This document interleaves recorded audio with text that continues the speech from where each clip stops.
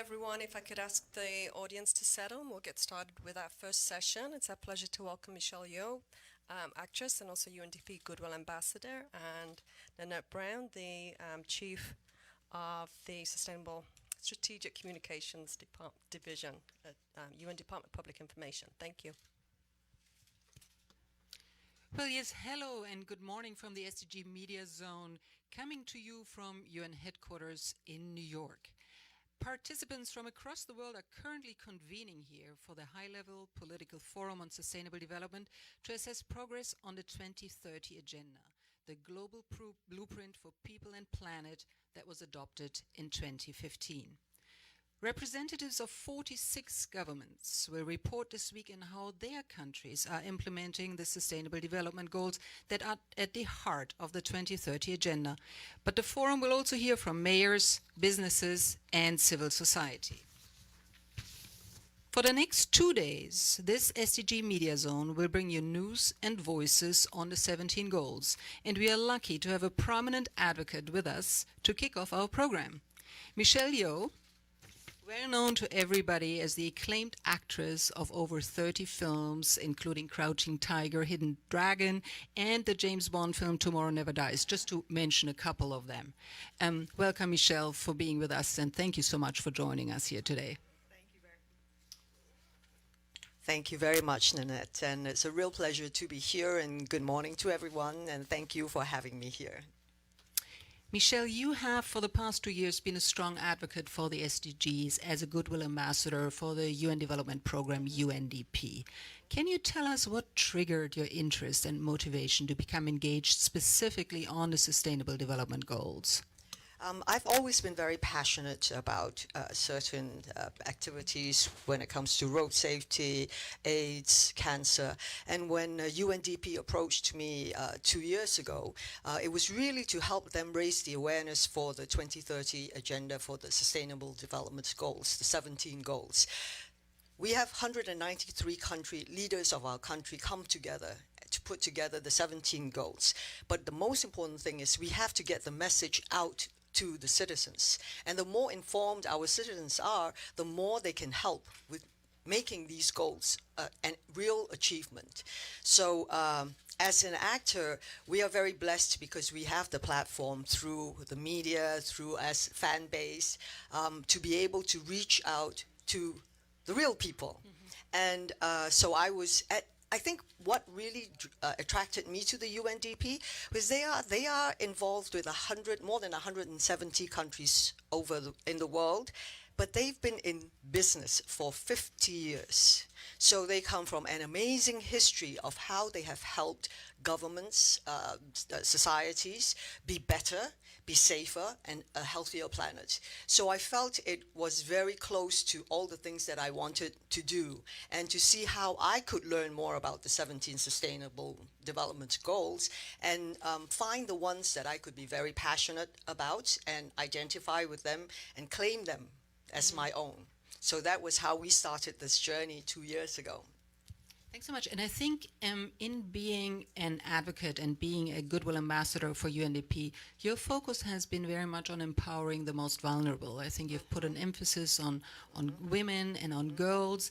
And can you maybe walk us through some of your experiences as a UNDP Goodwill Ambassador? What have you seen? And you said about learning about the SDGs. What have you learned in this role? Well, so my biggest passion at the moment is Goal 1, which is eradication of poverty. Goal 5 is gender equality. And if you think about it, you can't resolve one without the other. They really go hand in hand. We have to empower our women.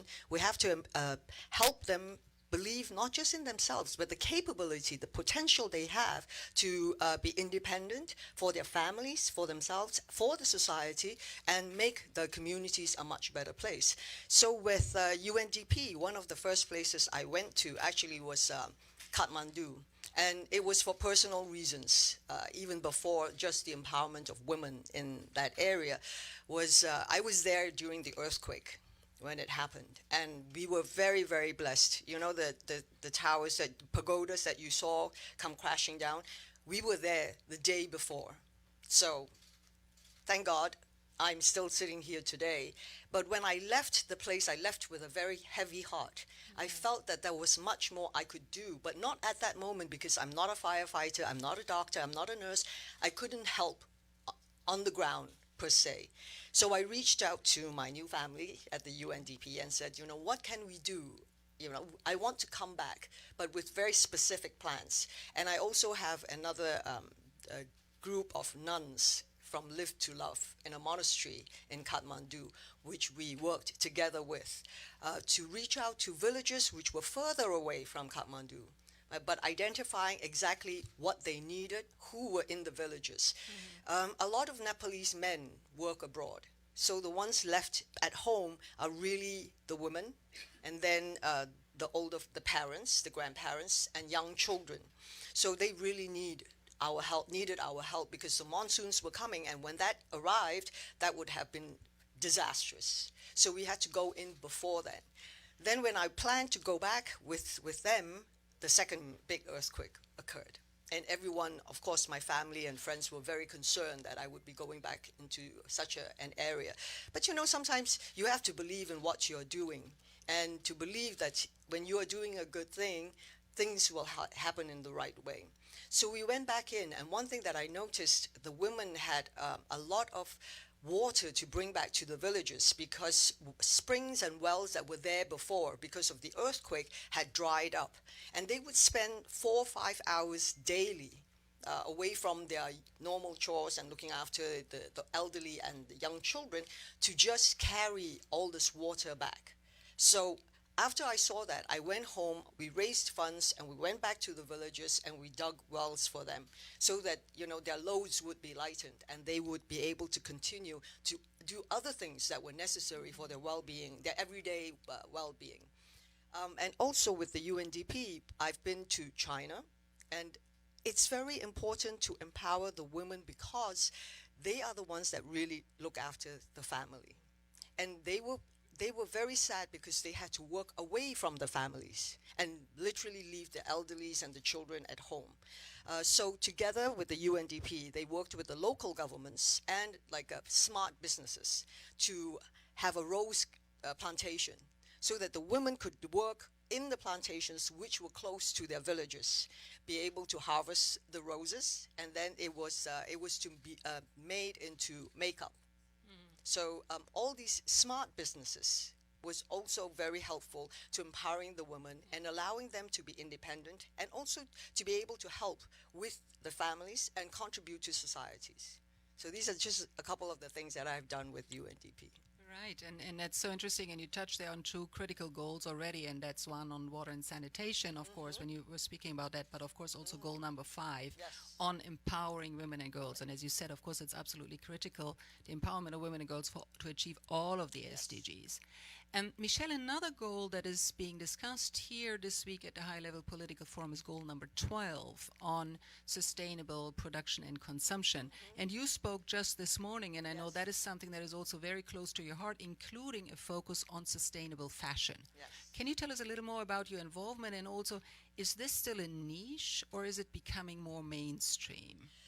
I think we have a long way to go, but this is the initial steps. I mean, there have been good businesses where the textiles, the fabrics and things have been ongoing for a while now, finding sustainable textiles, whether it's made from monocell, lyocell, modal, so that the organic cotton, so that the cotton that we are using right now, it was very interesting, because it was a big learning curve for me to find out that cotton plantations are 3% of the arable land, but the pesticides and insecticides that they use contribute almost 30% of the planet.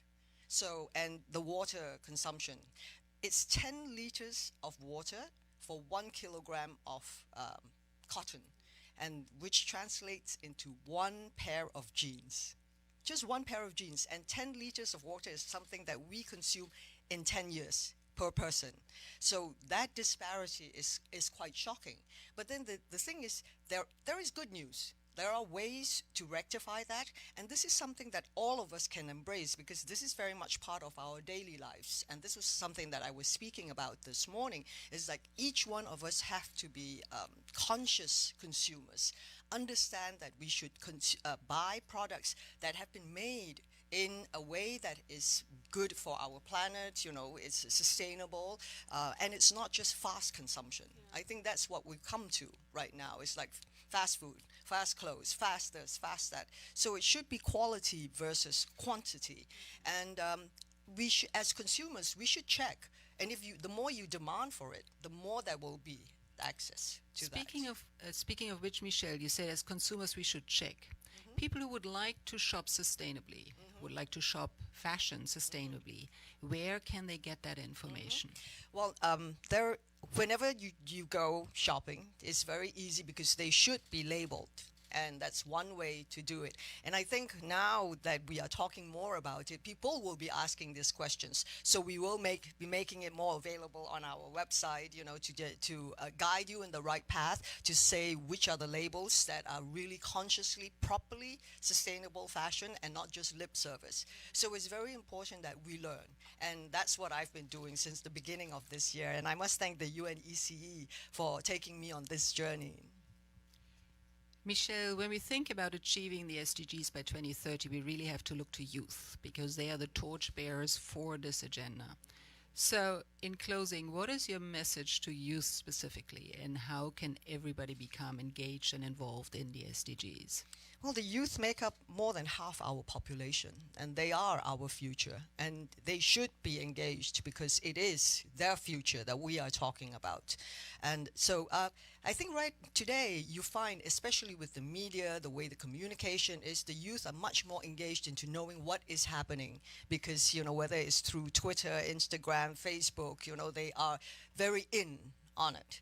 And so they really have no excuse not to participate because what is important is for them to find out, be informed citizens, be informed good citizens, because every voice, every step, every action, every dollar counts towards making the goal successful. And we need them to be part of that. So, you know, our doors are always open because the youth have a lot of questions. We might not have all the answers, but together I think we can find the right answers to make our planet healthier, safer, and better.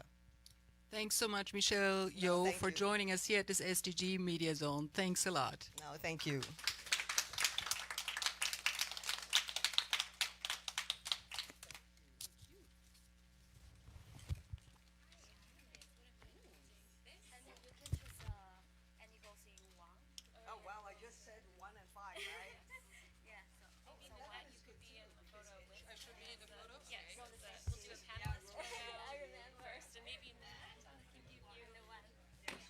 Which one do we? And what is this?